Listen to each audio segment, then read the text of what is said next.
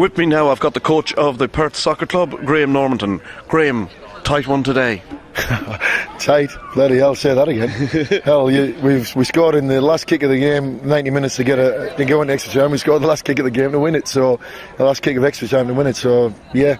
And going down to 9 men and being down at 9 men, 2 men down and getting an equaliser was, something that you can sometimes only dream about. But the guys showed that they've got character, and that's the most pleasing part was the character shown. So, it proves that we're not a team that lies down, which is good. You were short a number of regulars today, or so-called regulars, and your depth is being tested severely, I would say. It is now. We had 11 of my first team squad were available today, either through injury or absentees, and 2 sent off today makes it even harder for next week. So, yeah, it's been tested, and we came up trumps today, but it's not going to last all season. It's something we're looking at and something we're actively trying to fix. But at least next week you've got a nice easy game. Yeah, right, thanks. Sterling at home on Sunday, yeah, that'll be easy. Look, there's no easy games in this league game, and we played Armadale last week, haven't won a game. It was a tough encounter. It was one of those games that really for a long time Armadale were in it, and it was only in the 88th minute or something we scored the second goal to get them out of it. And really, there isn't any easy games in this league, and people need to understand that when they're playing in these games, because if you take a game easy, it'll bite you on the bum, as I say. Have you been, how will I say it, disappointed with the start of the season? Because, you're, especially the performance against Swans. Well, yeah, I've been disappointed in certain aspects of our game, not all of it. I felt that when we had the ball, we were good. When we didn't have the ball, we were quite poor. And we've worked on that over the last 4 weeks, and it's coming to fruition more and more. Against Armadale last week, our defensive work was brilliant. And that's the sort of stuff that we need to do, and we need to limit opposition to a few chances. Otherwise, it will kill us. If we've got to win 3 or 4, if we've got to score 3 or 4 goals a game to win a game, we're not going to win many. So we have to limit the opposition's opportunities, and we know that we've got players who can score. So it's a question really of getting the balance right and getting the whole thing working, 100%. And it's a work in progress at the moment. I suppose the 2 goals today came from sources would you have expected them to come from there? Absolutely, we expect Jukic to score goals. That's what he's here for.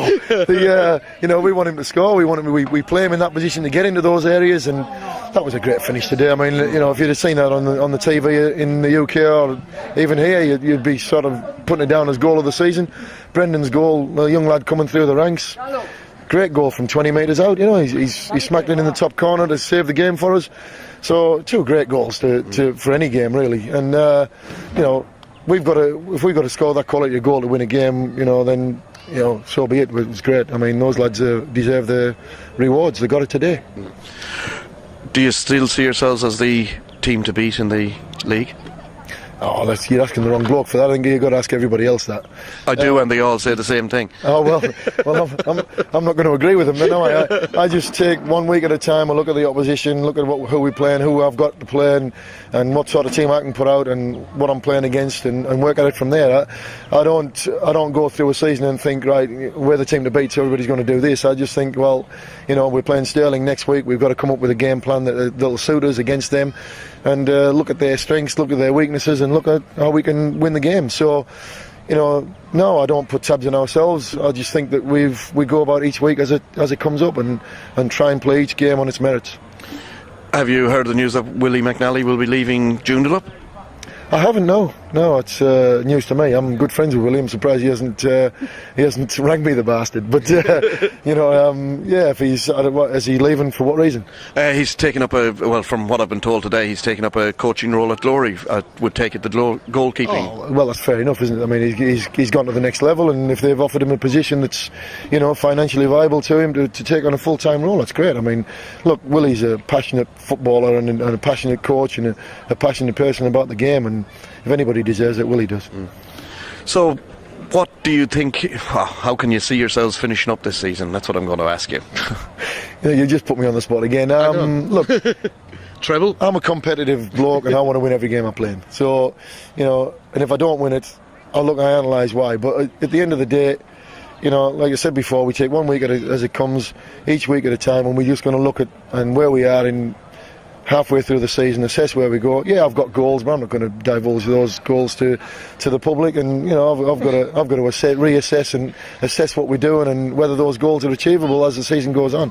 So you know, it's all, like I say, we've got plans afoot that will strengthen the squad, and hopefully that'll work for us. And if it does, then you know, hopefully we can go on with it.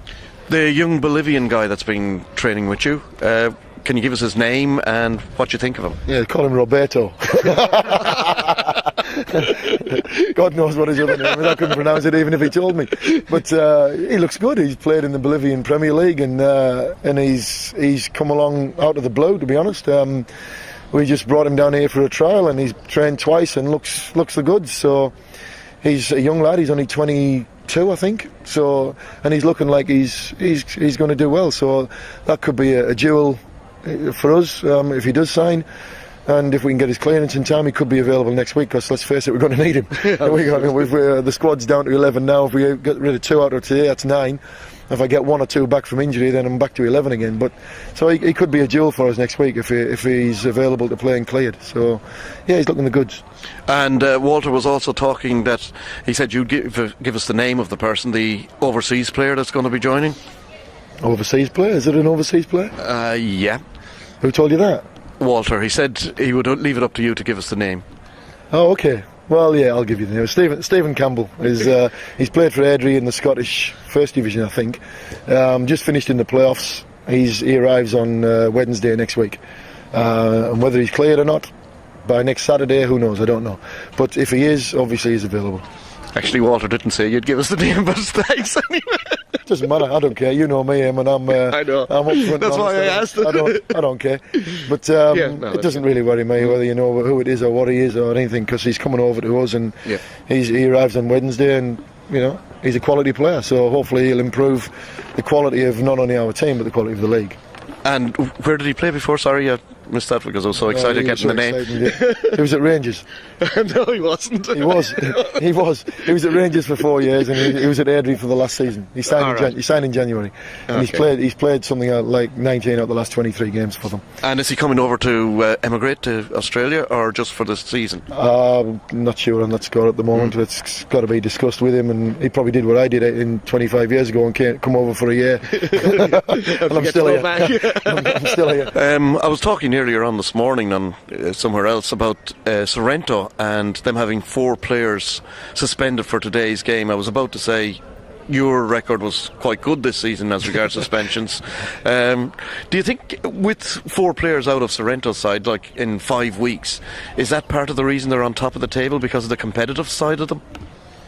Oh, look, Sorrento have signed 7 or 8 players this season, and the players that got back were basically the players who were at Sorrento when they won the league. So, you know, you would expect them to be back up near the top anyway. So, yeah, I mean, the physical presence is always something that you're always worried about with Sorrento. You know, you always pretty much know what to expect from them, and how you deal with that is basically up to you as a coach to put something in place to deal with it. But yeah, they're always very competitive, those boys. And I suppose it's, from want of a better phrase, it's the pommy attitude, isn't it? So, you know, and that's what they thrive on. So we'll take it from there and see. I don't know, we've got Sorrento in about 3 weeks, I think, so we'll see what happens when we get to them. Will it be a home game or an away game first? No, it's here first. We play Stirling on Sunday, Inglewood the following week away, and then we've got Sorrento at home. So yeah, we've got a pretty tough run now, because I think Florida's soon after that as well. So you know, we've got a tough run, and it's something we've got to back up to. What do you think of, again, I'm going to ask you about another team, what do you think of Florida this season? Suffering a little bit of a hangover, do you reckon? I think that's obvious, isn't it? You know, to be honest, you know, they're still a decent side. They're still a side that can bite you on the backside, doesn't matter where they are. And, you know, they've lost, look, a guy who scores 24 or 5 goals or whatever he scored for them last season, he's going to be sorely missed, and he's obviously they're missing him. I mean, they played him up front on his own last season, and he scored 24, 25 goals. David Foster's not going to do that for you. So you know they've got to find another avenue to goal, and that's the big test for Michael. He's got to find a way to score the goals to win him the games now. Because last season he really didn't have to find an avenue; he already had it. So this year is a big test for him, and you know, to be fair, yeah, when you've won the league, sometimes it is a hangover, and if all the players are suffering from it, well, that's good for the rest of the league, isn't it? Well, that's it for the show for this week. Hope you enjoyed it. See you next week.